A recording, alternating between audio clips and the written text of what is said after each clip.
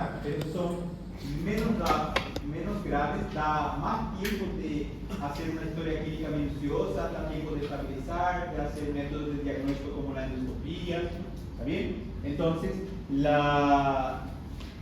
este caso, las varicosas son menos frecuentes, pero tienen una recidiva de un 50% en la primera semana y tienen una mortalidad cercana al 50%.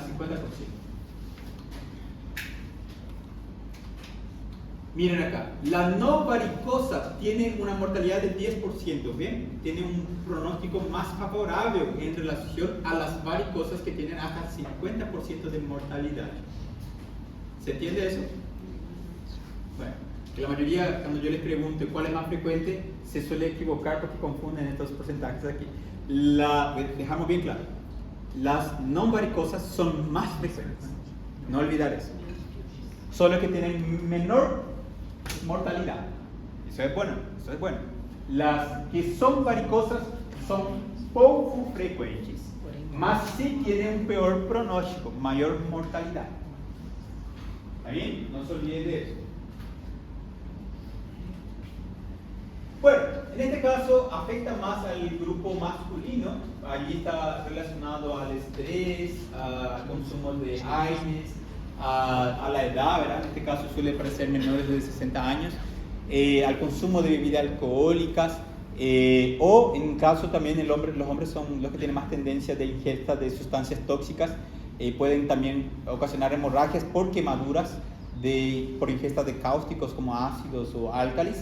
Entonces hay muchos, en este caso, antecedentes, y el cáncer también es más frecuente en el hombre que en la mujer, del esófago, del estómago es más frecuente en el hombre que en la mujer.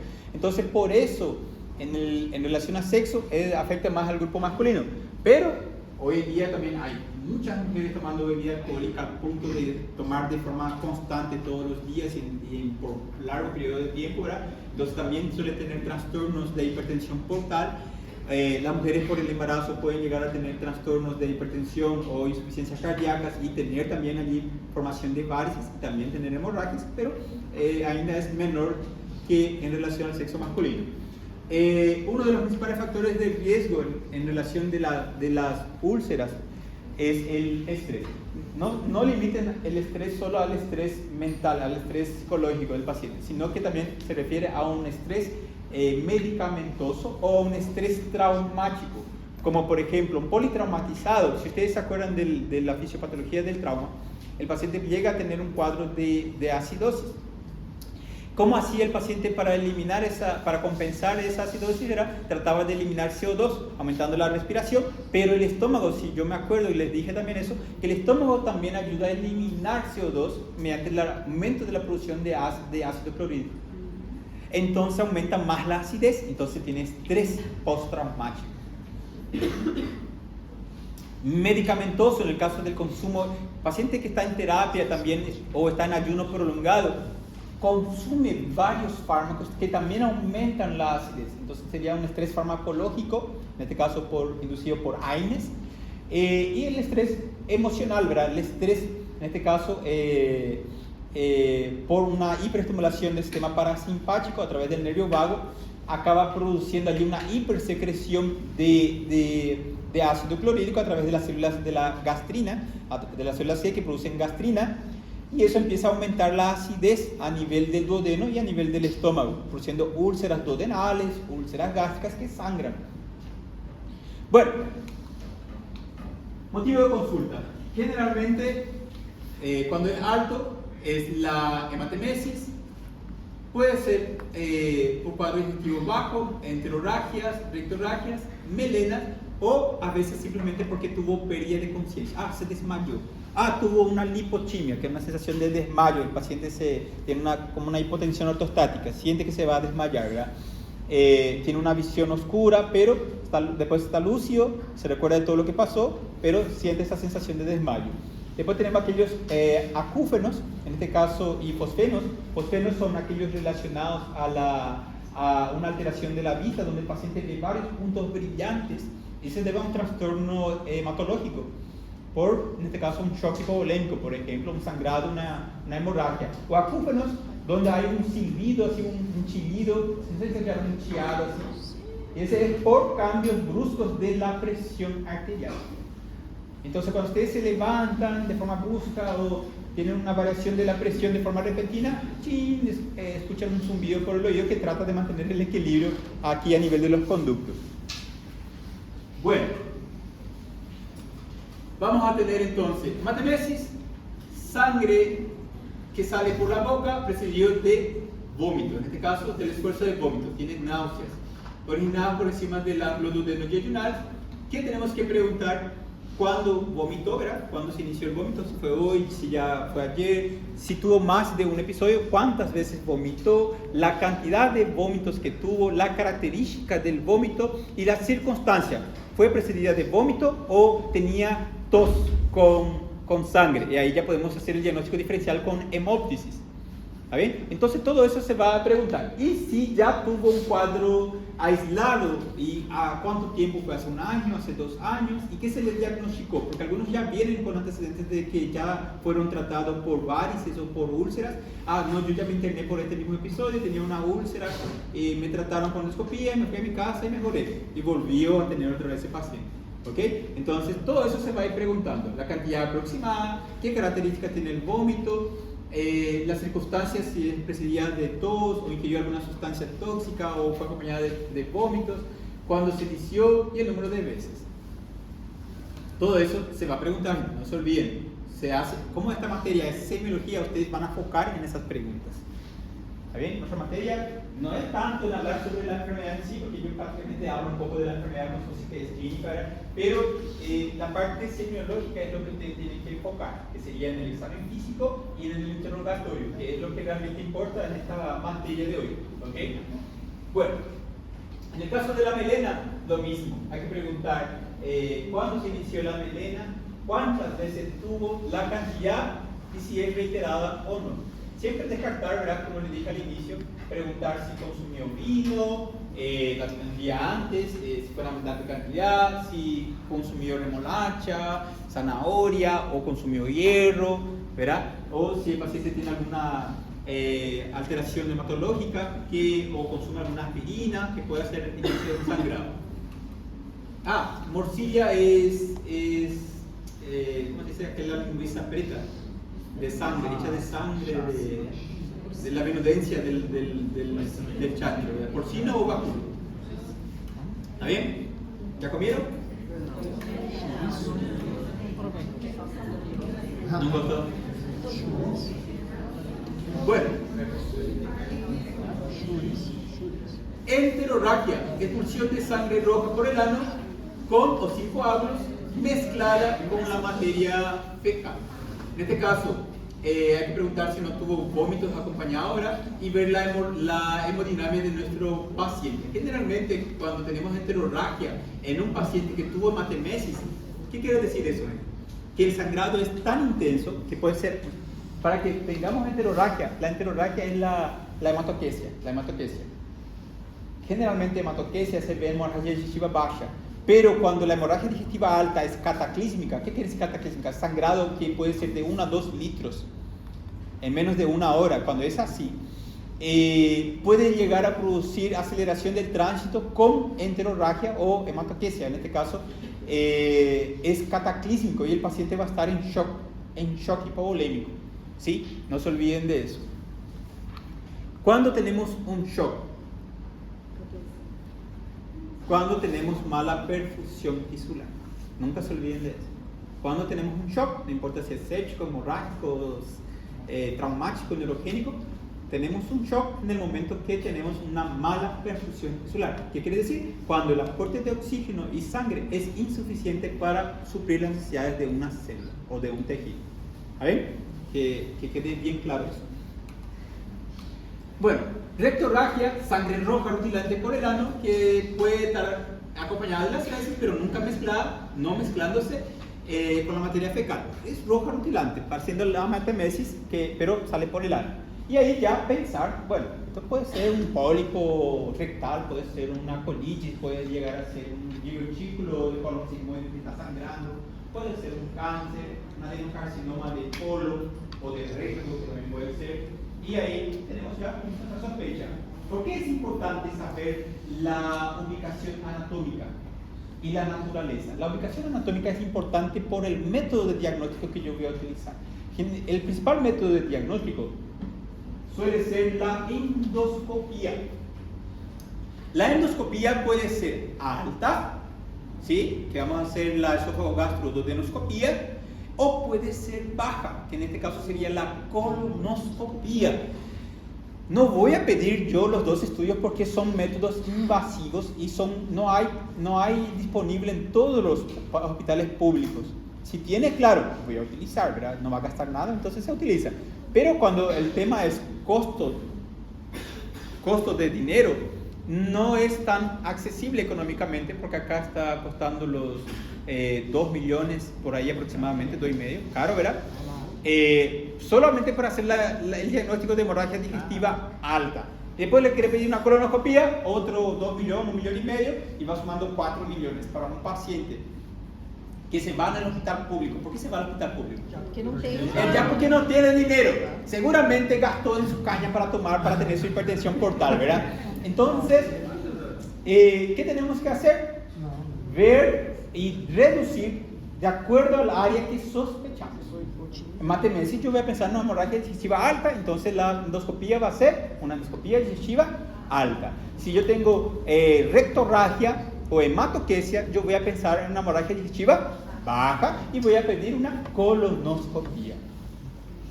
Ahora, independientemente si el paciente tiene una hemorragia digestiva alta o baja, independientemente si es alto o bajo, yo tengo que, para solicitar esos estudios, tengo que tener un paciente estable. Nunca voy a enviar un paciente para hacer una endoscopía si no está hemodinámicamente estable. Mismo criterio que la tomografía. No se manda al paciente a hacer una endoscopía. Bueno, el paciente está inestable, está muriendo, yo ya sé que es varices. Y bueno, tiene que estabilizar, tiene que ya transfundir sangre, pasar suero al paciente, transfundir suero, si es necesario intubar, o ver otro método de hemostasia con fármacos hemostásicos que ayudan al factor de coagulación, pero estabilizar al paciente. Con un paciente estable, mandar a endoscopía. ¿Cuál es la presión ideal? Yo ya les expliqué en trauma. Para mantener una buena perfusión cerebral es hasta 110, ¿verdad? Cuando tenemos un trauma craneoencefálico. Pero cuando no tenemos un trauma craneoencefálico, podemos tener una presión de hasta 100, que es más bajo todavía, si es que la sospecha es solamente de hemorragia, porque ahí no va a producir tanta lesión cerebral. Ustedes saben que una presión por debajo de 90 o 90 para abajo ya produce hipoperfusión cerebral. O sea, ya a los pocos voy ocasionando una isquemia cerebral, a los pocos. Entonces, mi objetivo es mantener una presión entre los 90 y 100, cuando es solamente una hemorragia digestiva. Ahora, si yo tengo un politrauma, ahí era diferente la conducta, ¿verdad? Lo ideal es mantener una presión de 110 para tener una buena perfusión cerebral. Creo que ya les salió eso en trauma craneoencefálico, si ustedes se acuerdan. Creo que ya les dije eso. No sé si yo confundo porque a veces yo doy clase a otro grupo, pero doy los mismos temas. Bueno, sigamos. ¿Lista? Voy a sacar la cara. Y después ya continuamos. Lesiones cerebrales o encefálicas, donde el paciente puede tener hipotimias, mareos, fosfenos o acúfenos.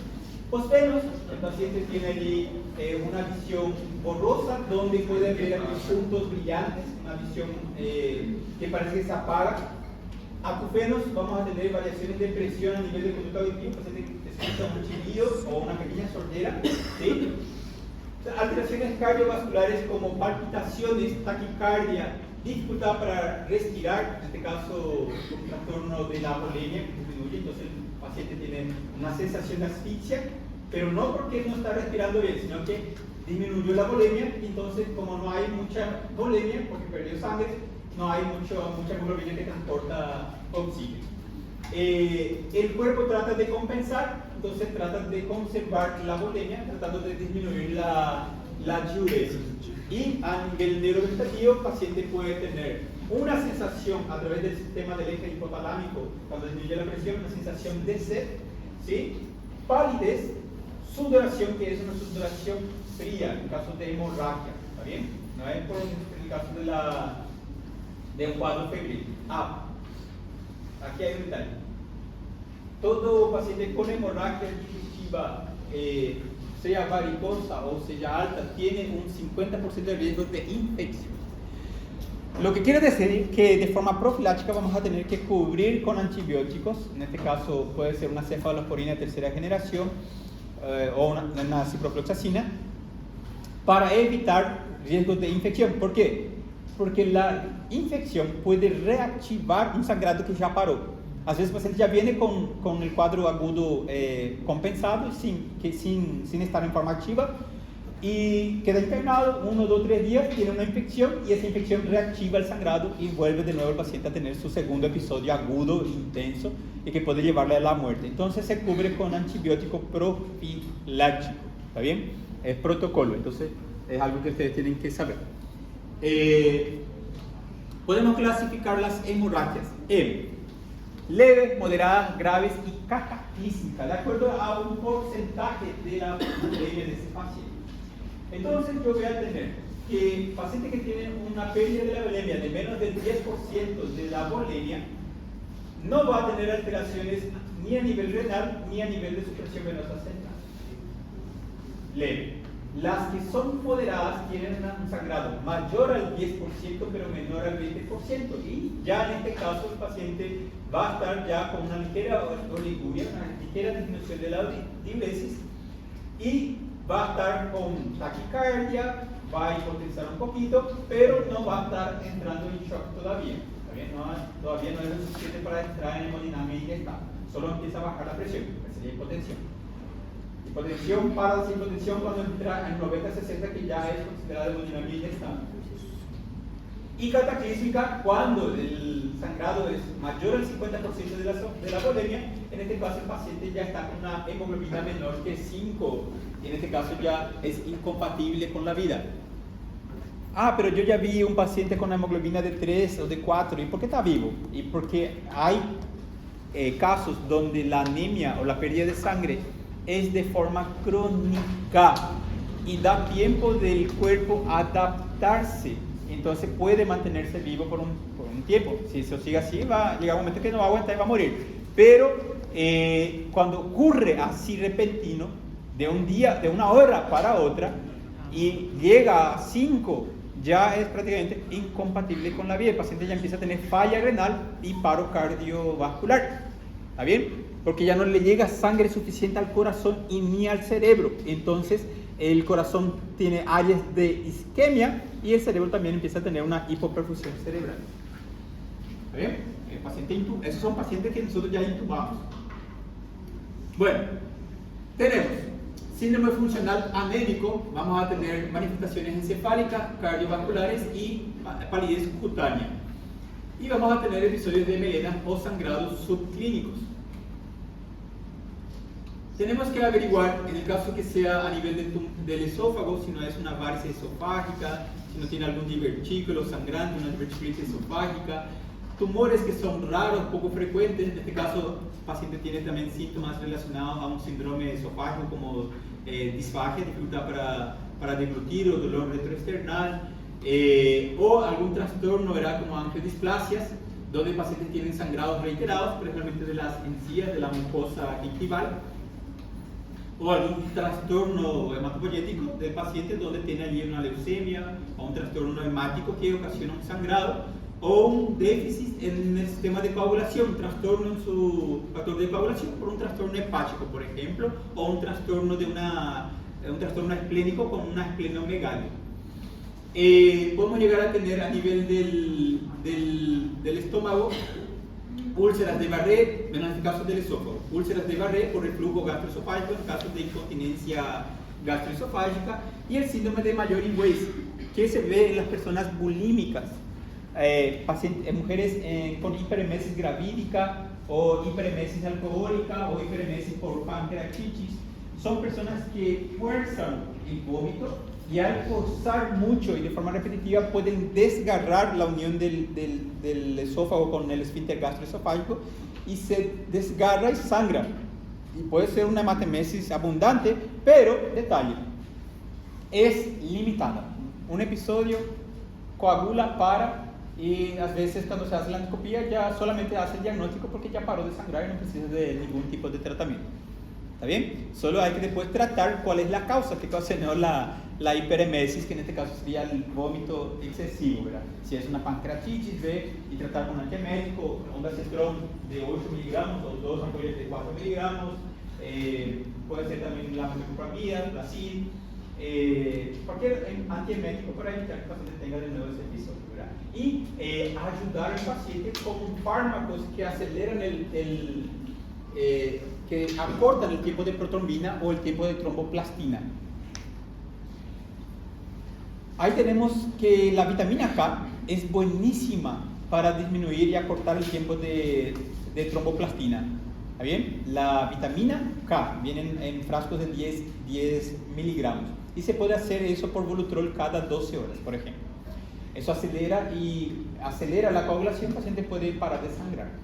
O usar otros fármacos como en el caso del etancilato, que es un fármaco que también ayuda al sistema de coagulación y en este caso ayuda a activar el factor plaquetario y ayuda a coagular. En este caso sería el Mercilop, que nosotros solemos utilizar, una ampolla de 2 ml cada 8 horas. Sí, hubo etancilato. ¿Transamina? Sí, pero acá tiene otro nombre. Y en este caso, si tienen en su hospital plasma que puede aumentar también y disminuir el tiempo de protrombina, ayudar en el factor de coagulación, o en el caso que el paciente tenga, por ejemplo, cuadros hemorrágicos con disminución de plaquetas. Cuando la plaqueta disminuye por debajo de 50.000 o por debajo de 10.000, en algunos casos, dependiendo si tiene fiebre o no tiene fiebre, o si vas a entrar a cirugía o va a ser sometido a una endoscopía, nosotros tenemos que transfundir 6 unidades de plaquetas y 6 unidades de plasma. Yo le voy a explicar algunos criterios para transfusiones tanto de plasma como de plaquetas como de glóbulos rojos, de sangre concentrada. Bueno, tenemos que en el estómago también podemos tener cáncer, dispepsias, ingesta de sustancias gastrolesivas. En el esófago también, no cito aquí, pero podemos tener lesiones esofágicas por cáusticos, ¿verdad? Cáncer también, que acá dice que es poco frecuente, ¿verdad? Cirugías gástricas o úlceras de boca. A nivel del hígado podemos tener hepatopatías, cirrosis alcohólica, o sustancias hepatotóxicas que lesionan al hígado, como algunos medicamentos que el paciente consume de forma crónica, y hepatitis, que puede ser por hepatitis A, hepatitis B, hepatitis C, víricas. En el colon puede ser por un cáncer, adenocarcinoma de cáncer del colon rectal, puede ser una patología diverticular del colon sigmoides, pueden ser pólipos, colitis ulcerativa, enfermedades inflamatorias como Crohn. A nivel do recto y del ano pueden clasificarse en tumores benignos y malignos, como en el caso del síndrome de Peutz-Jeghers, o puede ser allí un amartoma juvenil. Podemos tener discrasias que pueden ser patológicas, como leucemias o trastornos hematopoyéticos del paciente, o inducidas por fármacos, por el consumo de aspirina o heparina, que se toma como medicación para problemas cardiovasculares o para trombosis de varices en miembros inferiores, que el paciente consume por indicación de su vascular, ¿verdad? De su médico de cabecera, pero que acaba ocasionando allí un mayor riesgo de sangrado, ¿verdad? Siempre se pregunta eso al paciente, ¿verdad? ¿Consumís algún medicamento? Siempre hay que preguntar, ¿consumís una aspirinita o una heparina? Siempre hay que mirar las extremidades si no tienen allí varices, porque el paciente ya puede estar consumiendo algún medicamento para eso. Y esos son fármacos que alteran la coagulación y el paciente puede sangrar. Así como el dengue también, que es una enfermedad que afecta a todo el cuerpo sistémico y que puede descender tanto la plaqueta que puede ocasionar un cuadro de hemorrágico. Dengue hemorrágico, y puede ocasionar sangrado tanto por encías, por la nariz, por lo que sería el tubo digestivo. ¿Está bien? Entonces todo eso se tiene que investigar. Bueno, antecedentes familiares, si tiene algún factor de riesgo relacionado a una neoplasia, un factor de cáncer, ¿verdad?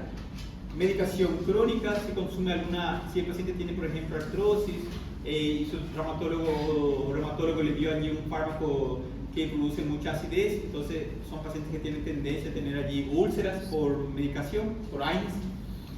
Y siempre pasamos después al examen físico. En el examen físico, ustedes van a focar en PA, presión arterial, frecuencia cardíaca, temperatura de nuestro paciente, la frecuencia respiratoria y la saturación de ese paciente. ¿Okay? Son los signos vitales que ustedes tienen que tener en cuenta. Todo paciente con shock o con sangrado activo por ebullición, hay que hacer esta cuadrícula del examen físico, monitorización de los signos vitales, medir la diuresis con sonda vesical, se interna el paciente. Si el paciente dice, no doctor, yo estoy bien, puedo orinar, no. Si el paciente tuvo un episodio de hematemesis y vieron con sangre, ese paciente no puede estar andando, tiene que quedar en reposo, porque él puede estar sangrando y la presión puede estar compensando, pero después va a llegar un momento que no va a compensar y va a desmayarse ahí, y ahí ustedes van a tener un paciente que ya era una hemorragia digestiva, que después empezó a tener un trauma craneoencefálico o un córtex que está estructurado allí. Pasó esos días con una doctora que en este caso falleció. El paciente decía que estaba con dolores de pecho y dificultad para respirar. Era un señor de 50 y pocos años de edad, vino con el clínico. La doctora estaba hablando y le mandó a su familiar a la farmacia para buscar una medicación y le dejó solo al señor, ¿verdad? Y el señor le dijo, andate allá en la camilla. Le mandó a andar al señor. Se levantó de su silla de ruedas, cuando se estaba andando, ella le dio la espalda para ver otras cosas, ¿verdad? Y cuando se dio, ¡pum!, el paciente se cae, corta acá un corte así, y empieza a sangrar, y de repente tenía pulso, empezamos a reanimarle, intubé, hicimos vía central, volvió, paró de nuevo. Después vino su hijo, vio sangre, vio que se le intubó, qué pasó, qué le hicieron, y empezó a quedar agresivo, empezó a grabar, fue un caos. Entonces nunca hay que descuidar de eso, gente. Literalmente, paciente que está así, tiene que estar con un familiar para acompañar, o reposo absoluto y sonda vesical. Si se niega, no quiere, no podemos obligar mientras esté consciente, ¿verdad? Si se niega, bueno, allá medir la diuresis con un urinómetro. Vamos a tener un colector allí, no sé si ustedes dicen galo, ¿verdad? Gallo se le dice. Papagayo es otra cosa, gallo es otra cosa. No, es papagayo. La misma cosa. Bueno, entonces un colector para medir y cuantificar la diuresis de ese paciente. Y si se va a ir al baño, ¿verdad? Decirle al paciente que se vaya acompañado. Si no hay familiar, no puede irse solo. Tiene que ser una enfermera o un médico interno. O un estudiante que esté allí haciendo su práctica se puede ir a hacer. Cirujano nunca se va. Vai ir no banheiro do paciente, já está lá. Yo le dije a mi interno, sondale al paciente, le dije yo a un interno, Lucas se llama, sondale, le miré así. Este paciente se puede desmayar. Bueno, y si no vas a sondarle, tiene que tener un colector, y si se va al baño, acompañarle. No tenía el colector y no le sondó. Entonces le dije, si se va al baño y va a orinar, vos le vas a atajar su pene, vos vas a direccionar. Se fue al baño y dice que el paciente empezó a marearse en el momento que estaba orinando y empezó a orinar por todos lados. Se orinó todito. ¿No quiere que suceda con ustedes? Entonces hay que decir, paciente, vamos a sondar. Y si no, que quede quieto y busquen un colector. ¿Está bien? Prepárense. Nunca se olviden de eso. Bueno, podemos llegar, tenemos que sondar. Aquí hay un detalle importante. No está indicado hacer la sonda nasogástrica mientras no se sepa cuál es su diagnóstico. Porque puede ser una varices que ya paró de sangrar y al colocar la sonda lesiona de nuevo esa vena y vuelve a reactivarse el sangrado. Entonces, sonda nasogástrica está contraindicada. Ahora, deterioró Glasgow, tuvieron que intubar, ahí hay que colocar sonda nasogástrica. Porque si no, de cualquier forma está sangrando, va a broncoaspirar. Entonces la sonda nasogástrica, ahí hay criterio de ustedes, de acuerdo al paciente que usted tenga. Está lúcido, no se sonda. Hasta que tenga la endoscopía. Es el endoscopista que va a poner la sonda, porque él va a ver cómo está poniendo. ¿Se entiende? No se intenta colocar. Ahora, no dio tiempo de ir a hacer endoscopía. Hipotensó. Entró en shock. Glasgow 8, intúbelo. Y sonda nasogástrica. En este caso, puede ser nasogástrica o orogástrica. Suele ser nasogástrica la preferencia. ¿Ok? Bueno, sigamos. Podemos tener trastornos pleuropulmonares, en este caso el síndrome de Mendelssohn. ¿Qué es el síndrome de Mendelssohn? Es una neumonitis. Gracias. ¿Terminaron ya ahí? Es una neumonitis química por el contacto prolongado de ácido clorhídrico con las vías respiratorias. A consecuencia de una broncoaspiración. ¿Ve? ¿Anotaron? ¿No? Bueno, pues no de la ustedes van a investigar el proceso.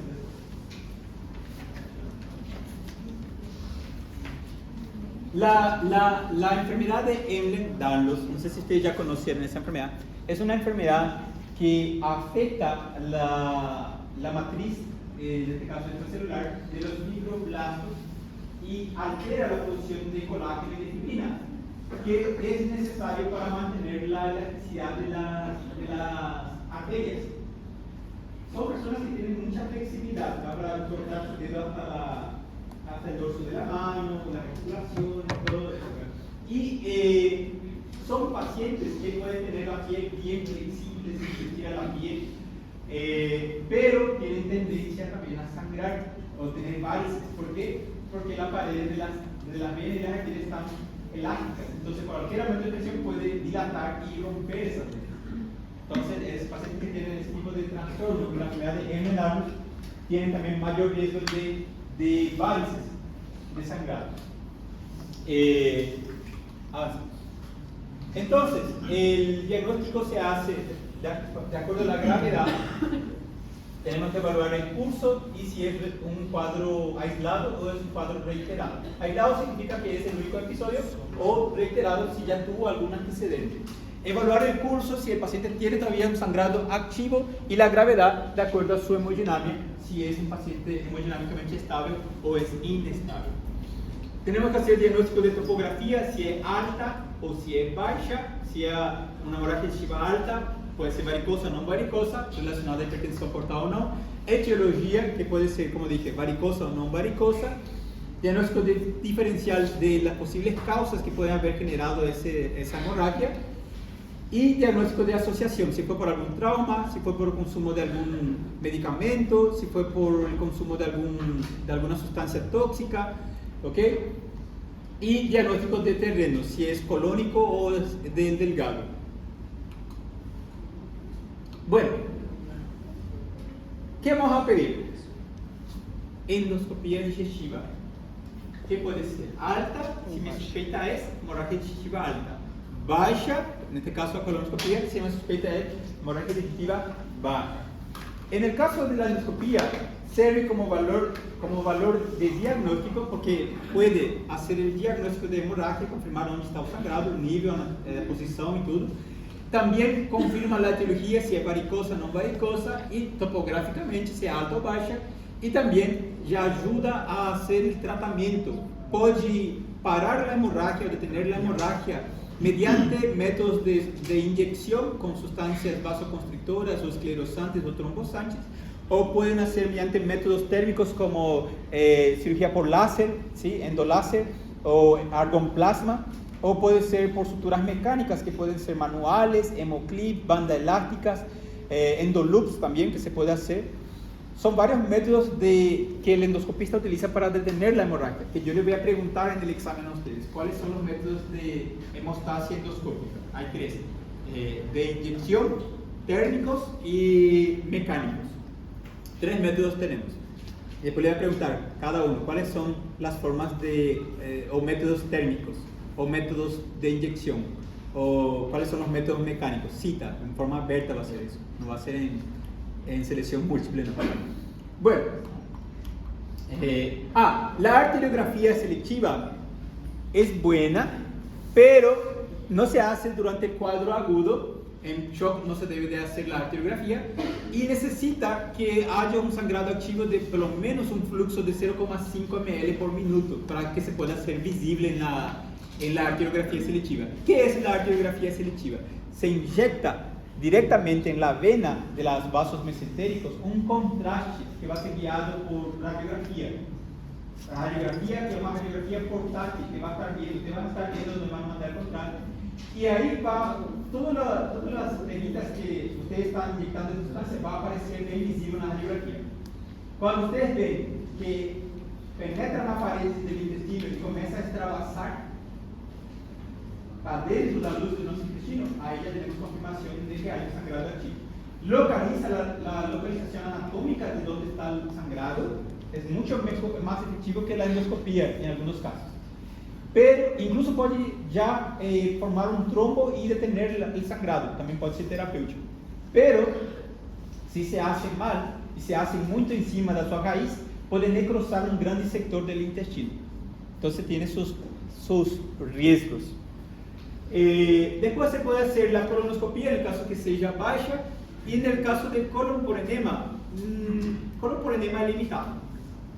Si ustedes piensan que es un cáncer, el colon por enema va a ser buenísimo para diagnosticar un cáncer. Si ustedes piensan que es un divertículo del colon sigmoide, colon por enema también va a mostrar un divertículo del colon sigmoide o diverticulosis colónica. Pero el colon por enema después dificulta la colonoscopia. Y también tenemos que tener un paciente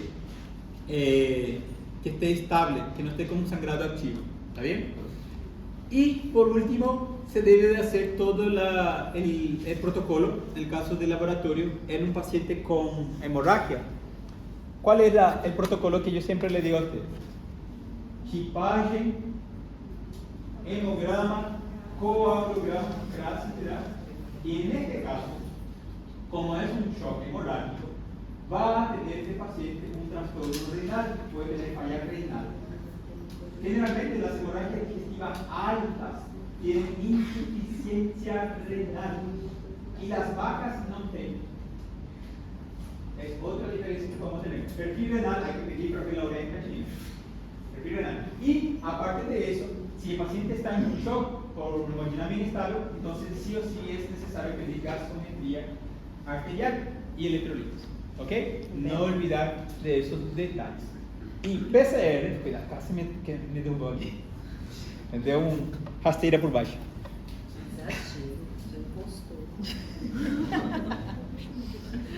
Bueno, podemos tener también aquellos cuadros que son crónicos, como el caso del cáncer. ¿Sabían que el cáncer colorectal, cuando es en el colon derecho, suele tener más manifestaciones de sangre oculta en feces? ¿Cómo se puede hacer el diagnóstico de sangre oculta en feces? Mediante un análisis de sangre oculta en feces, que se usa un compuesto que se llama guayacol. Esa sustancia reacciona con la peroxidasa de la hemoglobina y cambia de coloración, y ahí hacemos el diagnóstico de sangre oculta en heces. Se llama test de T-Venom, se llama eso. T-Venom. ¿En qué consiste el test de Venom? También se llama su otro nombre, test de guayaco. Se usa un compuesto llamado guayacol. El guayacol reacciona con la peroxidasa en este caso, de la hemoglobina. Y cuando se ve eso, confirmamos. ¿Qué hacemos? Colonoscopia. Colonoscopia. Bueno, podemos tener, según los grados de shock hemorrágico, en este caso, 4 grados. Grado 1, 2, 3 y 4, en esa secuencia. ¿Cómo yo puedo determinar el grado de shock hemorrágico de un paciente basándome solamente en signos y síntomas? Para eso vamos a utilizar, en este caso, un volumen estimativo de sangre de acuerdo a la pérdida en porcentaje de sangre, de acuerdo a la frecuencia cardíaca, la presión arterial y el nivel de conciencia del paciente. No solamente eso, también a nivel de la diuresis y de la mecánica respiratoria. Entonces, yo tengo que solamente con el Glasgow, por ejemplo, con el sistema nervioso central, solamente con la escala de Glasgow, yo puedo valorar el nivel de conciencia del paciente. Cuando un paciente sangra menos de 750 ml de sangre, es un estadio 1, no produce alteraciones ni hemodinámicas, ni en aumento de la frecuencia cardíaca, ni afectaciones neurológicas, no afecta. El paciente consegue compensar. Entonces, ¿cómo va a estar su nivel de conciencia? Normal. Ahora, cuando ese valor de sangre ya supera los 750 ml, pero sin sobrepasar los 1,5 litros, que sería el estadio 2, ya vamos a tener un paciente ansioso. Va a ser un paciente que sabe que algo no está bien, está asustado y está ansioso, está taquicárdico ya. Ya aumenta la frecuencia cardíaca por arriba de 100 latidos por minuto. Y cuando es grado 1 menos de 750 ml, está por debajo todavía de 100. ¿Ok? Entonces yo ya puedo saber allí una noción de cuánto perdió, dar tipo un valor estimativo. Ahora, sangró más que 1,5 litros, pero no más que 2 litros, ya es un paciente que va a estar confuso, va a ser un paciente desorientado, ¿sí? Va a ser un paciente ya desorientado, posiblemente va a estar en su Glasgow, es un paciente que tiene una frecuencia cardíaca acima de 120 latidos por minuto, y si perdió más de 2 litros, ya está obnubilado, paciente moribundo, paciente ya que no tiene reacción, paciente que ya no tiene fuerzas para levantarse. Es un paciente obnubilado, somnoliento, ya no responde. Vos levantás su mano y su mano cae, ya no tiene fuerza. Bueno, acá tenemos también. Cuando es grado 1, se puede dar un valor en porcentaje del 15% de la volemia, grado 2 entre 15 a 30%, grado 3 entre 30 y 40 y grado 4 mayor que 40. En el caso de la frecuencia frecuencia respiratoria, que no está aquí, está incompleto esa tabla, falta frecuencia respiratoria, ustedes pueden colocar allí. Grado 1 va a estar entre 12 a 20, normal, hacia ahí normal. De 20 para 30, estadio 2. Y de 30 hasta 40, estadio 3. Y mayor que 40, estadio 4. Semejante aquí al porcentaje de pérdida de sangre, pero es hasta 20 en el grado 1, 20 a 30 en grado 2, 30 a 40 en grado 3 y 40, mayor que 40 en grado 4. ¿Se entiende eso? Frecuencia respiratoria estamos hablando, no está aquí, faltó agregar.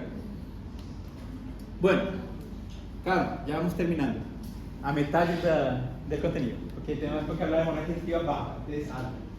Tenemos, pero está todo en el mismo orden, está en el mismo orden, no vamos a cambiar. Tenemos manejo. ¿Cómo se hace el manejo? Tenemos que enfocar de forma simultánea en 3 detalles. Uno, en monitorear, uno va a hacer, tratar de detener el sangrado. El objetivo del médico es detener el sangrado, hacer un interrogatorio y valorar la hemodinámica del paciente, hacer los medios de reanimación.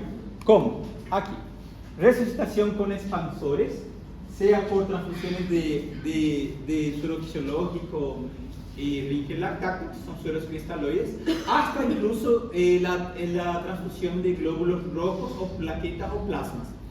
Tenemos que hacer un examen físico para ver la hemodinamia del paciente o si no tiene algún tipo de trastorno hematopoyético o hepatopatías. Y hacer un interrogatorio donde se tiene que evaluar los antecedentes patológicos de enfermedad previa o si tuvo algún tipo de sangrado previo o enfermedades concomitantes, hepáticas o consumo de AINES o consumo de alcohol también aquí. ¿Está bien? Entonces se hace de forma simultánea. ¿Qué hace? Llega el paciente. ¿Qué hace? ¿Qué ustedes van a decir? Signos vitales. Ver la hemodinámica del paciente. Al mismo momento va a haber una enfermera que ya va a estar haciendo un acceso venoso periférico. Y ahí ustedes pueden dar una pausa en el interrogatorio de ustedes o de sus signos vitales y solicitar laboratorio. Hemograma, grasis, perfil renal, gasometría. Tiramos el mensaje, la enfermera continúa con acceso venoso y cuando ustedes van interrogando que consume AINES, ya sabe si tiene gastritis, si es paciente que consume bebida alcohólica, sospechando de una varices, y eso va a orientar a la conducta. O es un paciente que ya tiene trastornos hepáticos, cirrosis, o un paciente que tiene hepatopatía o algún tipo de trastorno hematopoyético, coagulopatías, o consumo de medicamentos para varices o para el corazón, aspirinita, heparina, que puede también ser la causa de la hemorragia de ese paciente. ¿Está bien? Todo eso se hace al mismo tiempo, porque son pacientes graves.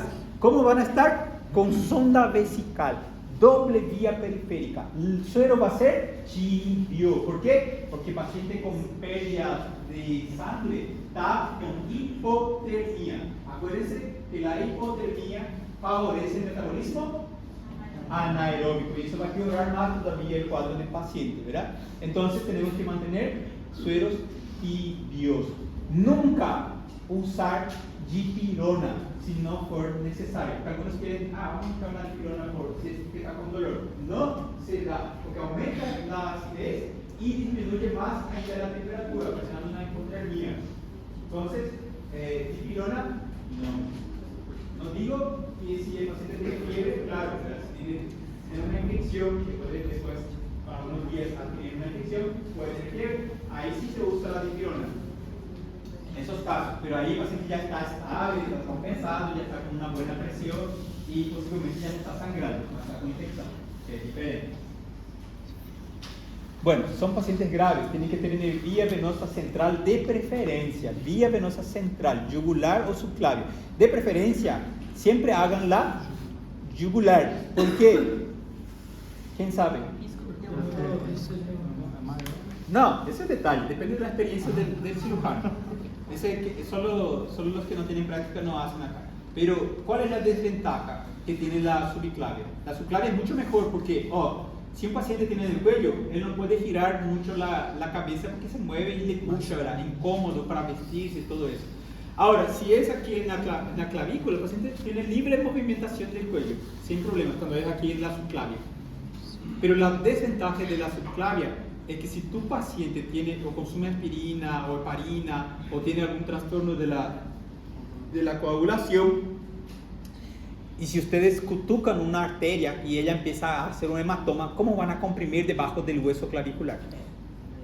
Porque hematomas se comprimen y paramos el sangrado. ¿Cómo van a comprimir? Va a crecer un hematoma allí enorme, ustedes no van a conseguir comprimir. Cuando es aquí en yugular, solo hay músculo, aperten y compriman.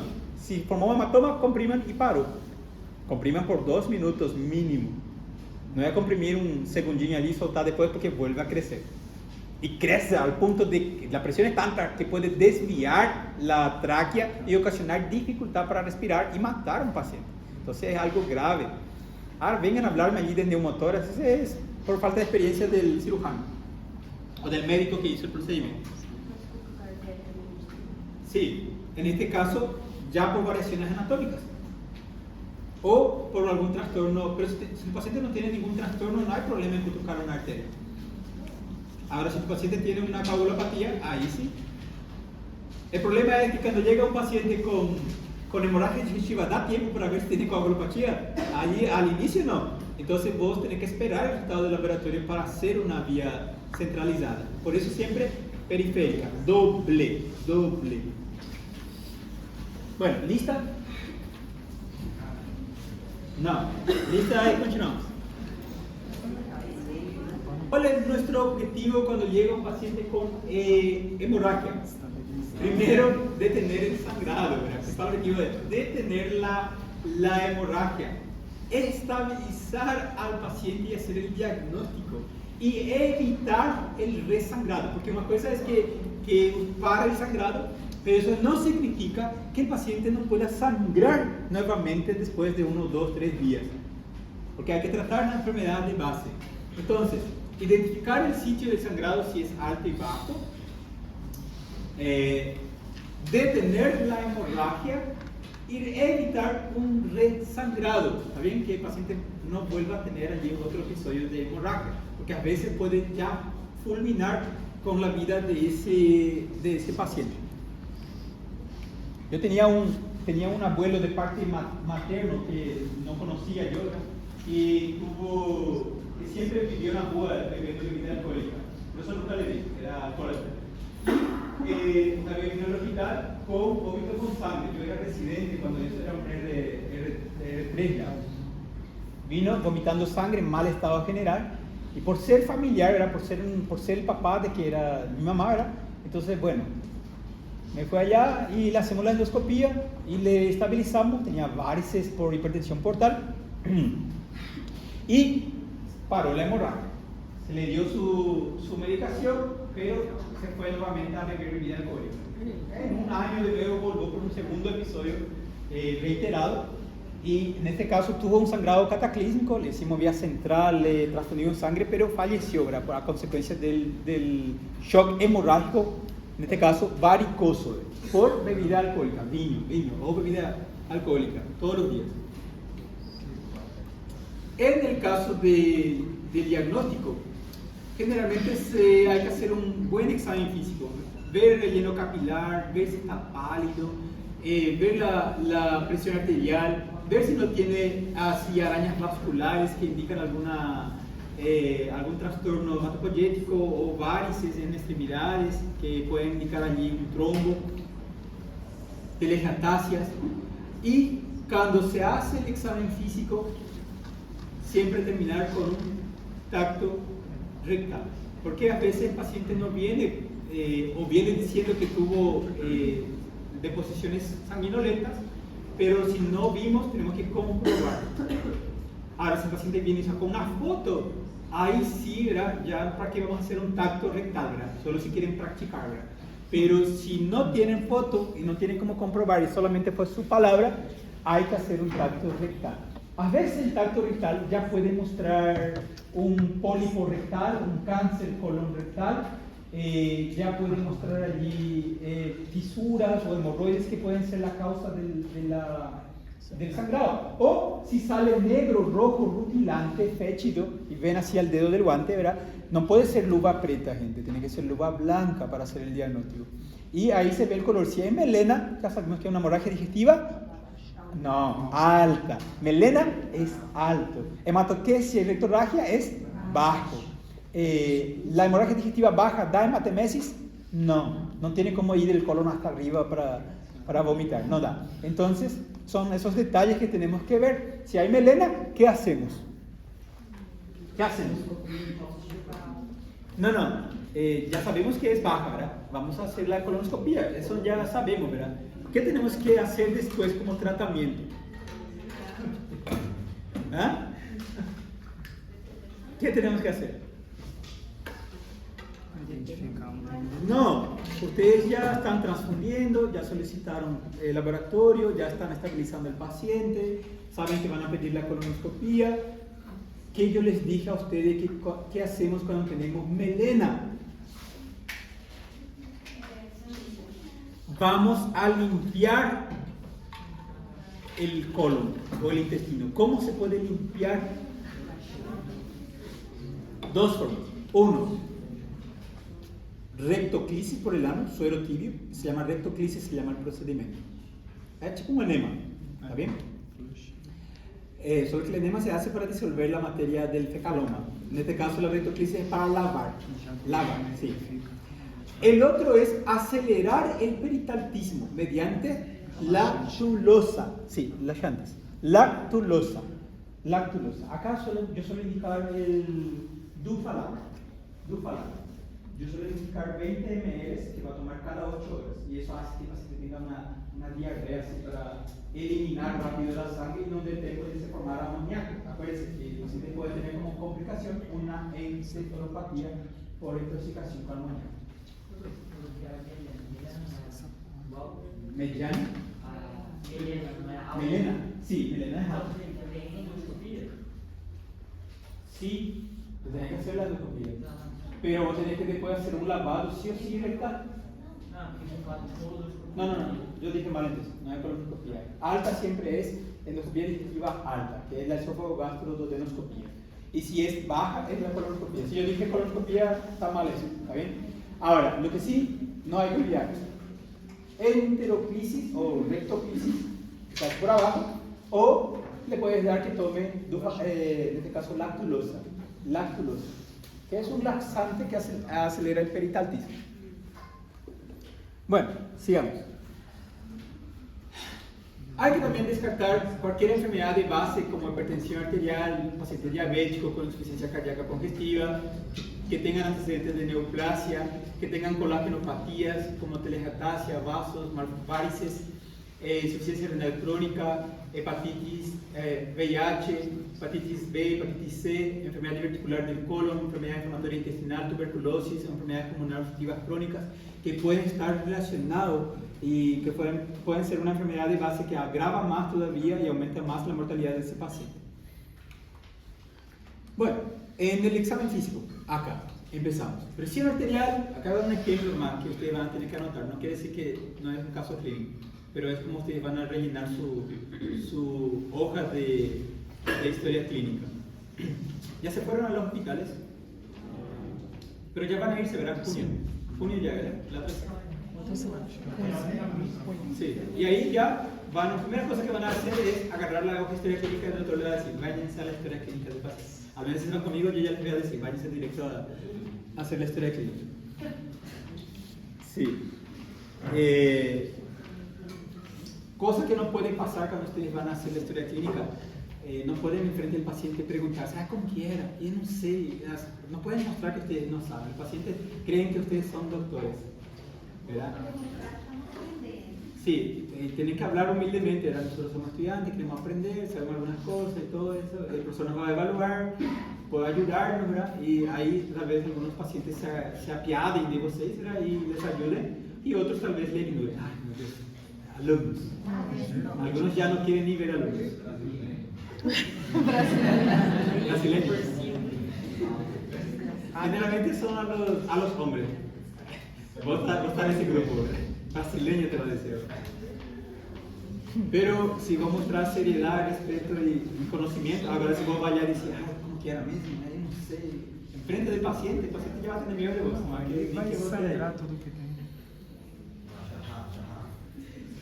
Nunca van a hacer una sutura enfrente del paciente lúcido y digan, mi primera sutura. Nunca digan. Va a poner una sonda vesical, mi ayuda que nunca fiz. Nunca digan enfrente del paciente. Pueden hablarse en el corredor, en otro lugar, no en la frente del paciente. ¿Está bien? Bueno, hay que ver entonces la temperatura, la saturación del paciente, ver si tiene buen relleno capilar, si está lúcido, orientado en tiempo, espacio y persona, si está normohidratado, normoperfundido, si tiene palidez cutánea, si está euneico, o si está taquipneico, o bradipneico, o con disnea. Cabeza y cuello, vamos a ver las carótidas, si están ingurgitadas, las venas yugulares, si están ingurgitadas o si están colapsadas, generalmente una hipertensión portal o insuficiencia cardíaca derecha, están ingurgitadas. Sin embargo, en casos de hemorragias cataclísmicas, están colapsadas, están aplanadas, colapsadas planos, sin sangre dentro, y ingurgitadas cuando están calibrosas, que son diferentes. Entonces, ver si no tenemos adenopatía da tiroide ou gânglios que están aumentados de tamaño, y si en caso tiver, medir el tamaño, a forma, a consistencia, si tiene temperatura aumentada, si es dolorosa, si es fixa, si es móvil, si sobe y desce con la deglución. Ver la presión venosa yugular del paciente, auscultar el área cardíaca, ver los ruidos cardíacos R1, R2 que corresponden al soplo sistólico y diastólico, ¿verdad? Ver si es normofonético, si no hay un tercer ruido, un galope, un soplo o un galope, ¿verdad? Que indicaría una alteración o un mal funcionamiento valvular por insuficiencia valvular. Y ver si coincide con el ritmo a nivel del pulso. Tiene que coincidir, el R1 tiene que coincidir con el pulso, no el R2. El R1 tiene que coincidir con el pulso. Podemos tener una variación donde no es sincrónico, asincrónicas con el pulso, eso tenemos que anotar, es importante. En el cuello también, carótidas sincrónicas o asincrónicas. Pueden ser filiformes también, cuando son muy débiles y son acelerados, son filiformes.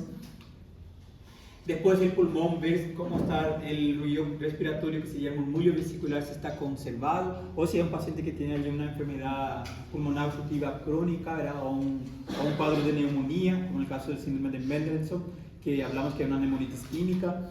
Ver si no hay chillidos, ¿verdad? Sibilancias, rales, abdomen. Ahí entramos en la parte del examen físico. Ver si no tiene circulación colateral, un abdomen, varices, que puede ser en signos de cabellera de medusa, en el caso de hipertensión portal, por cirrosis hepática, o aquella circulación cava-cava, donde tenemos una insuficiencia cardíaca derecha, con aumento de la presión de la vena cava inferior. Después tenemos si es doloroso, si a la ocupación superficial o profunda. ¿Por qué? Porque a veces algunas hemorragias, por ejemplo en el caso de las úlceras, pueden ser ya una manifestación a más de una úlcera perforada. Y a veces con el examen físico ya se ve signos de irritación peritoneal. O a veces al palpar podemos palpar ya un cáncer, un tumor avanzado, que puede ser la causa del sangrado. Y ya se puede palpar, principalmente cuando el paciente es añoso, de más de 50 años, y el abdomen generalmente de los añosos son más blandos, da para palpar profundo y ver si hay alguna tumoración, un cáncer, ya da para palpar. O en un tacto rectal, ¿verdad? Eso es muy importante. Pasamos después si tiene ruidos hidroaéreos, si están presentes, si tiene signos de defensa. Evaluar las extremidades para ver cómo están los pulsos pélvicos, el tibial posterior, ver si no tiene allí edema, si no están edematizados, ¿verdad? O en el caso de que tengan circulación, varices de miembros inferiores, que pueden ser en este caso el motivo de que el paciente esté consumiendo una aspirinita o una heparina. Todo eso se tiene que evaluar. Y por último, siempre el tacto rectal. Es obligatorio el tacto rectal. ¿Está bien? Ahora, si el paciente ya sacó foto y vino así, está manchado de sangre, ya no es necesario hacer un tacto rectal. ¿Sí? O si no, diga, si nunca hicieron tacto rectal, digan, no, igual tenemos que hacer. Y acá hacer el tacto rectal. Aprovechen. Todo paciente que ustedes tengan la oportunidad, el paciente deja, hagan un tacto rectal. Sintan, si es normal, no importa, aprendan que es normal, porque ustedes no se pueden palpar en ustedes ni entre ustedes, ¿verdad? Entonces, tienen que palpar. Esse é um assunto delicado aí, né? Sai fora. No, hay algunos que pueden palpar, se palpan. Ó, esse aqui é o... Não, sai fora. Está Se bien, liga, si es doido. para aprender. Ah, te gosto que não. Pero que no está bien como siempre, ¿no? É, sai fora. Bueno, causas. Tenemos. Este va a ser. Acá yo les puedo colocar temas de examen, hicieran en círculo aquí, en estas causas. Vamos a anotar. O si no, hacemos un resumen y tenemos lo siguiente. Tenemos varias patologías que no son varicosas y tenemos solo 3 patologías que pueden ser de origen varicoso. Entre ellas, las varicosas, varices esofágicas son las más frecuentes. Le siguen en frecuencia las varices gástricas y la gastropatía hipertensiva portal, que también son varicosas, pero es esófago gástrico. ¿Sí? Gastropatía hipertensiva portal. Los demás, si ustedes no ven esto, cualquiera de estos ya es no varicoso. Úlcera duodenal es la más frecuente, la gástrica, tenemos después lesiones agudas de la mucosa por sustancias cáusticas, por productos corrosivos, ¿verdad? Pilas, alcalinas, todo eso, ¿verdad? O pedazos de espina de pescado o ociños de gallina que a veces cuando se muerden tragan así pedacillos puntiagudos, ¿verdad? Angiodisplasias, parece que angiodisplasia es vascular, pero son como tellas de araña que se forman en la mucosa, no son calibrosas, pero sangran de forma babeante, no tienen presión. Por eso no entran las varicosas que tienen presión. ¿Entienden? Acá es algo que les puede confundir en el examen. Generalmente coloco como pegadilla eso, ¿verdad? Ya le estoy avisando semanas antes de la prueba. Carcinoma del esófago, del estómago, esofagitis, que es la inflamación que puede ser por reflujo gastroesofágico o por lesiones traumáticas por sustancias corrosivas, leiomioma, que es un tumor benigno, ¿verdad? De lo que sería extramucoso intramural, no es esófago, y lesiones del violafoide. que son como las angiodisplasias, pero que están debajo de la submucosa, no se suele ver, solamente se ven indicios de que hubo un sangrado. Son difíciles de diagnosticar una lesión de Dieulafoy. Es difícil de diagnosticar y suelen estar donde, justamente en el fundus gástrico, donde el endoscopista no tiene una visión muy perfecta. No hay una buena visión del fundus en la endoscopia digestiva alta. Entonces ahí a veces el endoscopista puede llegar a hacer el diagnóstico de un síndrome de Dieulafoy o una úlcera de Dieulafoy, que a veces se ulcera. ¿Anotaron esto? O en su slide ahí si ustedes tienen, encierren en círculo. Puede salir en lesiones cerradas o abiertas. Después tenemos, de acuerdo a las que son más frecuentes, acordándonos que entre las no varicosas y las no varicosas son más frecuentes. Entre ellas tenemos la úlcera péptica, la gastritis erosiva, varices esofágicas que ya entran en varicosa, y el síndrome de Mayor-Weiss. Síndrome de Mayor-Weiss también pueden citar aquí. No sé si aparece, no. Síndrome de Mayor-Weiss también no es varicoso, es un desgarro, una laceración era por el vómito intenso, y se ve en personas bulímicas. Y es limitado, prácticamente no hay mucha cosa que hacer. Después tenemos raras como tumores que pueden ser cáncer o adenocarcinoma del esófago, ¿verdad? O puede ser por un carcinoma epidermoide del esófago, que es más frecuente todavía. Bueno, después tenemos los que tienen trastornos de la hemostasia por algún trastorno hepático como una hepatopatía, donde puede haber alteración del tipo de protropina, o un factor esplénico del vaso, ¿verdad? Una esplenomegalia que acaba ocasionando un trastorno en la coagulación. O puede tener una enfermedad leucémica, ¿verdad? También puede llegar a ocasionar allí un sangrado y mayor sangrado de todo. Después tenemos los divertículos duodenales, que son raros, son excepcionales. Anomalías vasculares por malformaciones anatómicas, fístulas que pueden ser vasculoentéricas, arteriovenosas. Podemos tener un traumatismo hepático que puede llegar también a ocasionar fístulas, enfermedades pancreáticas que pueden sangrar hacia el retroperitoneo y ocasionar aquellos signos de Gray-Turner o el signo de Pulick, que son hematomas en los flancos y hematomas a nivel umbilical, que se ve como un signo premonitorio de muerte en la pancreatitis aguda grave. Enfermedades del tejido conectivo, ¿verdad? Vasculitis sistémicas, endometriosis. Aquí está la enfermedad de Ehlers-Danlos, que era aquel trastorno que hay una alteración de la matriz a nivel de los fibroblastos que produce una mala síntesis de colágeno y de fibrina, y eso altera la resistencia de la pared de los vasos. Bueno, úlcera duodenal, a diferencia de una úlcera gástrica, es un dolor que aparece tras la ingesta de comidas que son ácidas, y generalmente se alivia con antiácidos. A diferencia de la úlcera gástrica, que es menos frecuente, el dolor es menos intenso o menos frecuente, o puede incluso faltar. Y cuando tienen dolor, no se alivian con la ingesta, incluso pueden empeorar con la ingesta de alimentos ácidos. Muchos pacientes pueden cursar de forma asintomática y pueden tener antecedentes de pérdida de peso. Y en el caso de las úlceras duodenales son más de característica nocturna, y las duodenales son más en jóvenes, pacientes jóvenes, ustedes, adolescentes o adultos jóvenes. Y las gástricas son más frecuentes ya en pacientes entre 30 a 40 años, ya adultos mayores. En este caso, no es adulto mayor, pero un adulto, ¿verdad? Más viejo.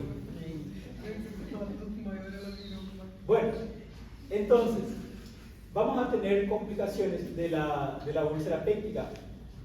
Hemorragias, puede perforarse y ocasionar una peritonitis, puede llegar a producir una estenosis con obstrucción, o puede adherirse a otro órgano, en este caso ocasionar allí un plastrón por aglomeramiento de vísceras que se adhieren a la úlcera, como en el caso que les había comentado a ustedes. ¿Se acuerdan de ese niño que ingirió varios medicamentos por un dolor de diente?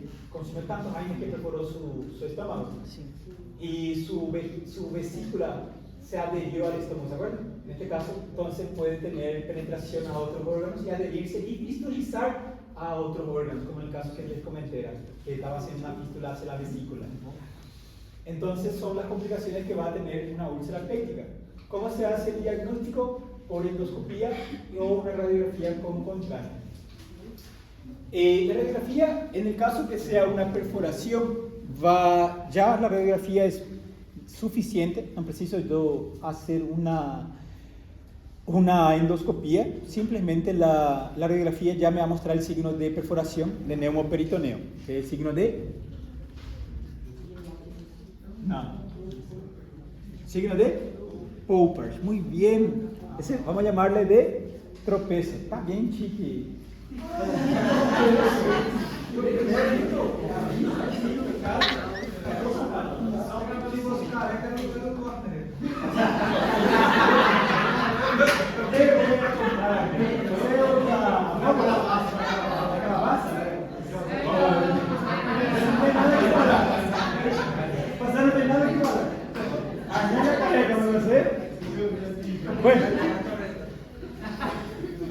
Bueno, vamos a dejar por acá. ¿Lista?